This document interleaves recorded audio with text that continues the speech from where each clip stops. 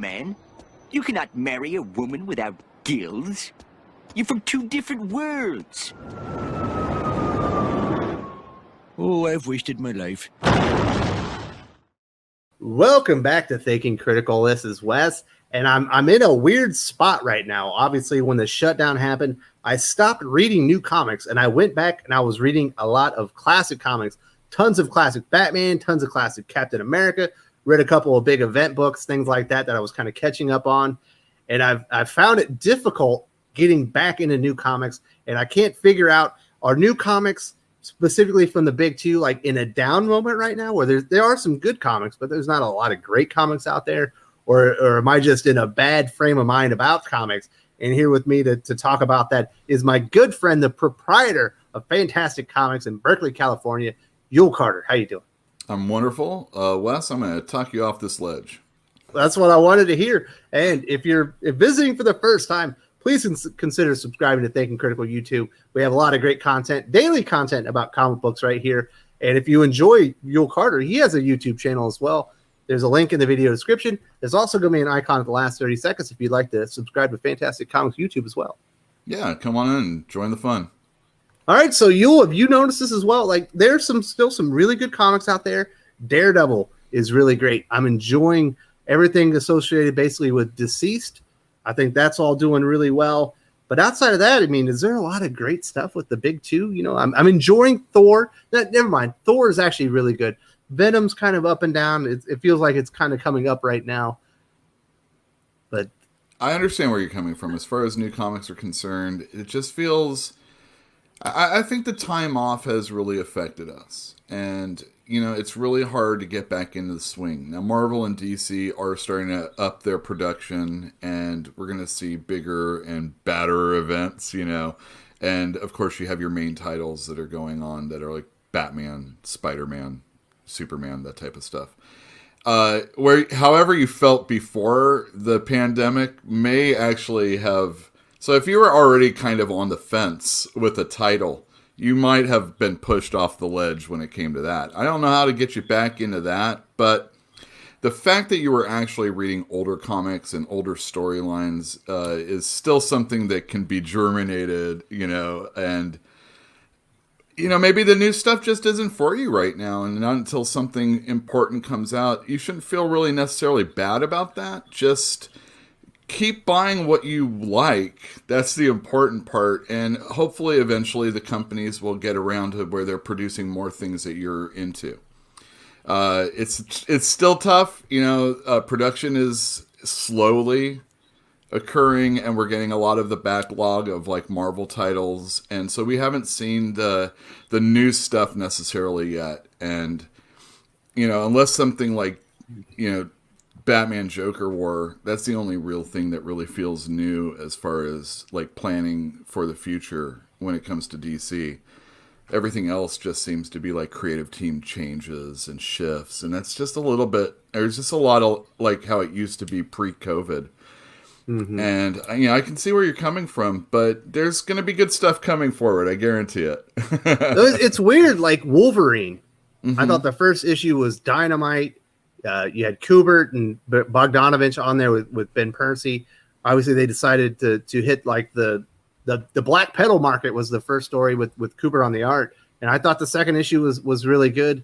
And I'm starting to read the third one, and maybe it's because of my time off that things aren't clear in my head. But all of a sudden, like a character shows up, that CIA agent shows up, and I'm like, he died in the last issue. Where is this coming from? And I think maybe like the length of time that I had off between issues like has confused me. But as soon as that happened, I'm like, this doesn't make sense. Like, I'm not going to go back and read the comics. I have a lot of stuff I have to get through, you know, having a YouTube channel. I got to read a lot of comic books. Yeah. And I think maybe being unfamiliar with the stuff I'm jumping back into might have something to do with it. Yeah, I think you're right. And I saw that you were very disappointed at Wolverine, and I felt bad for that because, like, I'm like, oh man, am I going to hate this too? I haven't just yet read it yet, unfortunately. But sorry for the spoiler. No, everything's fine. That's cool. I'm like, what? I feel the same way. That time in between has I didn't. So I had a stack of new comics when we were shut down. And it was like, 10, 20 comics. And all during that time before, we were moving and opening up at the new place, I could have been reading those issues, but I didn't. I read old stuff instead. And I realized that there was a desire to explore that stuff a little bit more than anything that was going forward. There are titles that are out there that I still have to keep reading, just because I am a comic book collector. But what I usually do is I look for creators and then branch out and, look for the other companies that are out there if you're having a problem, like wanting to go into the comic store. As far as like Marvel and DC, you're just going to have to hope that they click, and at least the ones that you do like a Thor and then maybe a Venom. For me personally, Spider-Man's been pretty good. The last issue was kind of lackluster. And I think it hurts because, we haven't had them for a lot of months in a row. And so this just felt like a filler issue. And since, that was unfortunate. But overall, it's been a pretty good title. I really enjoy Teen Titans. They had a creative change, but it's still good. And, read something that you haven't read. Or, take a chance on something that you think you might not like. And don't worry about getting in on the first issue or the beginning of a story. Hopefully. And this is the problem maybe with the Wolverine, maybe more than just the time that's, occurred. Maybe the person that's putting the story together isn't really making that comic your very first comic. And... if it's well written, even in this decompressed story age, you should get at least a little bit of a catch up to be able to read the story. You know what's weird? I read Hellions. I reviewed the very first issue on the channel, and I did not like it at all. I was like, man, this. There's a couple things about it I like, but for the most part, I was like, this is bad. But I always try to give every comic book at least 2 issues. Try to go 3, but at least 2 issues before I was like, I'm not going to check it out anymore. So I went in and read Hellions too, with the lowest expectations that you could imagine, and I really liked it. I was like, man, this is actually pretty good. They kind of fixed a lot of the problems that were present in the first one. So maybe in that case, the time off actually helped me. And I thought, the art from Steven Segovia was really good, but there's some cool moments now. I was like, actually, this is really fun. See, that's excellent. And, that comic that you're going to fall in love with is right around the corner. Sometimes it's in an unexpected place. But, if you're into reading comic books, there's even now in this, less comics on the shelf type situation, those were, it wasn't that way pre-COVID. They're still out there. And there's a lot of comics that, personally, one of my favorites, if you're a superhero fan, you should read Image's Copra. I know I've said it in chat a number of times, but Michel Fiffe is a creator that does every single thing in the comic book, and it's it uses archetypes of characters that we know within Marvel, DC, and wherever, and I highly recommend it. It's a little rudimentary for some people, but if you can get past that, and I don't really mean it as a slam, what I'm saying is it's a little more independent feeling. But if you can get past that, that's one of my favorite titles. And it's just you don't know where these things are going to come from, but I love comics, and it's my favorite type of storytelling overall. And when you get a really good one, it just makes it worth it. I love that. I don't know. I'm starting to get the feeling that we might be in an era where independent comic stories are just superior right now to what you're getting at the big two. It feels like a lot of those big creators are kind of moving into independent, creator-owned stuff. Sometimes when you open up an independent comic book, you have to kind of lower your expectations in regards to art. And I think a lot of times, Stealth right now is actually a really good comic book, but the art, while good, it isn't the greatest. But then when you open up something like Die, and the art kind of almost blows everything that you could find out in the big 208, it's because Stephanie Hans is an exceptional artist. So sometimes your expectations will be far exceeded. But yeah, I found that if I can lower my expectations on the art, A lot of times I'll be pleasantly surprised, but really the storytelling feels like it's superior there. Like just reading like the Kill Lock, Blade Runner 2019. I guess I'll throw The Last God in there. Even though it's DC, it feels like it's an independent comic. It feels like it should be over at Image, but a lot of just really good quality independent comics out right there. Like Bang is out there that I've loved. Like all these awesome homages like Die Hard and James Bond and stuff like that. So Something is Killing the Children is one of the darkest comics I've ever actually read by James Tynion. And there's some crazy stuff out there, man. I mean, you're right. Like Something is Killing the Children. Tynion doing Batman. So if you're a Batman fan and you're like, God, I got to have something else to read, check the creator out. And you're right. Independence, when someone's doing something, the art might not be as good and as polished as the main big two companies, even Image, but that lowering of expectations. I mean, there's a lot of really good artists out there, and if they're telling a solid story and the writing is superior, it's worth it to read something that might look a little funky. Well, and to be fair, all of these artists that are at DC and Marvel, for the most part, started out at some of these lower publishers, your Scout, IDW, Dark Horse, stuff like that, before they got their opportunity. Ryan Ottley didn't start out on Spider-Man. He started out on Invincible. Right. Greg Capullo, had to go and get his work in on Spawn before he got his opportunity on Batman. So you're absolutely going to see these artists that kind of move up to these big titles that are your favorite artists. And it's always better to discover when they're independent, because that way it's like discovering Incubus before they were on the radio. Exactly. You kind of brag about it. You're like, dude, you guys haven't heard Incubus yet? Man, that shit's great. Then when it's on the radio, you'll be like, it's all right. Independents are your college radio station before they sign with the big company, That's your independent wrestler. It's your, it's just awesome, when you're like, oh man, I remember this person when they were working in black and white, and whatever. This person used to, cuss up a storm in their comic books, but now they're just writing corporate PG comic books. Sold out. So it's like a minor league baseball, seeing the Aaron Judge of the future. Yeah, exactly. Mm-hmm. Yeah, so of course, obviously, at Image you'll have like your Brubaker and Phillips, when it's like one of the 4 or 5 best creative duos in the comic industry, bar none. Like, you're not really going to beat those guys. They're like so far at the upper crust. It's hard to say anyone's better than they are.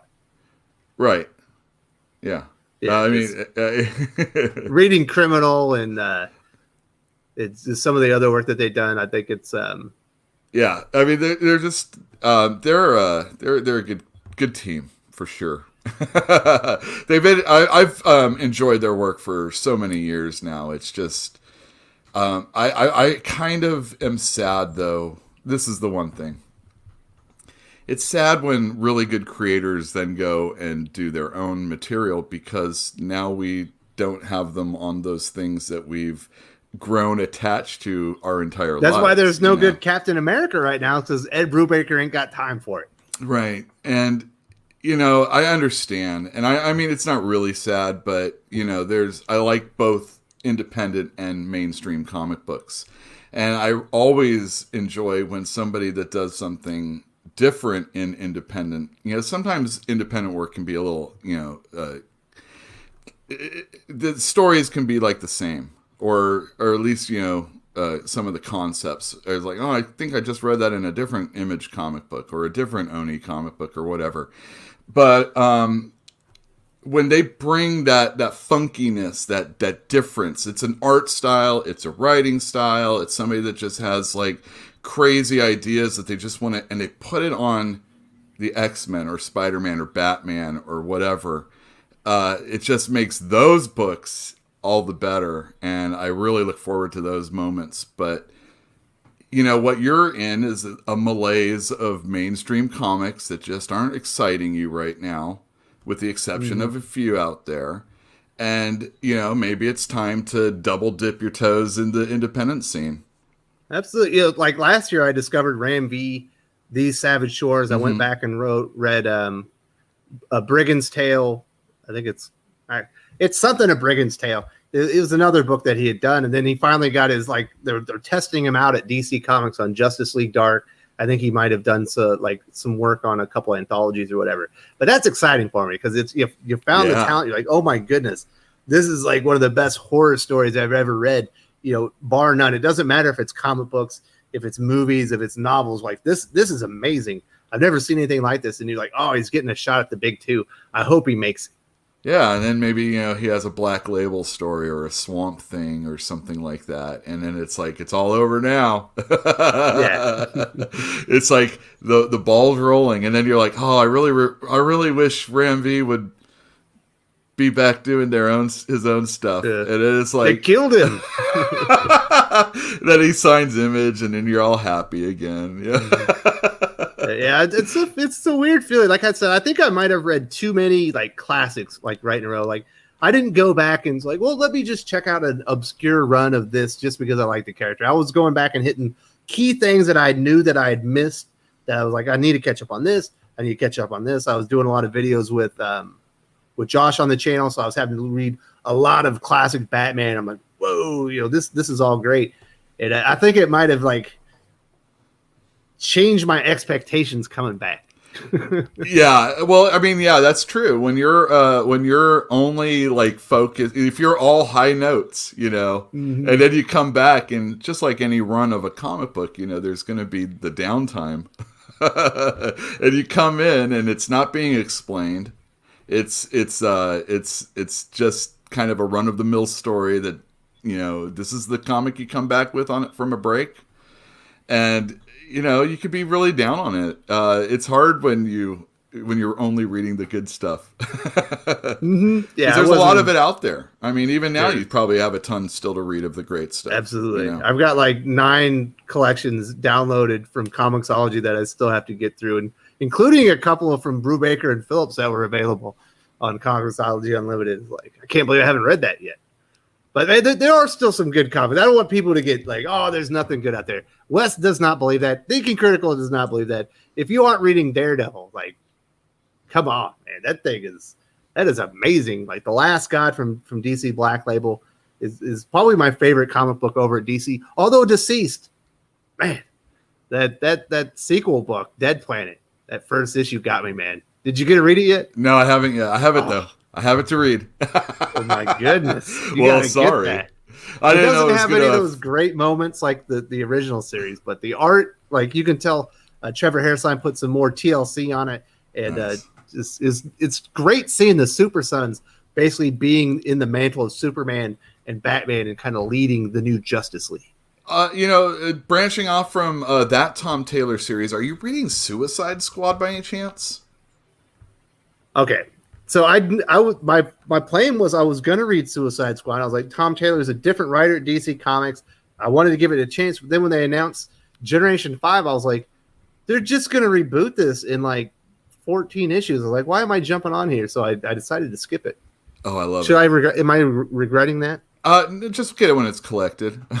But you should get it. I don't know if you're doing tablet, of course. I thought it was very good. It's a little bit of a different take on the Suicide Squad, and I really like the characterization, and the art's very good too. There's obviously a rotating artist type thing going on with DC Comics, but they match up well, and I like it. I'm not even really that big a Suicide Squad fan. I've read Suicide Squad and have really enjoyed it at times, but this is a good series. There's something out there for you.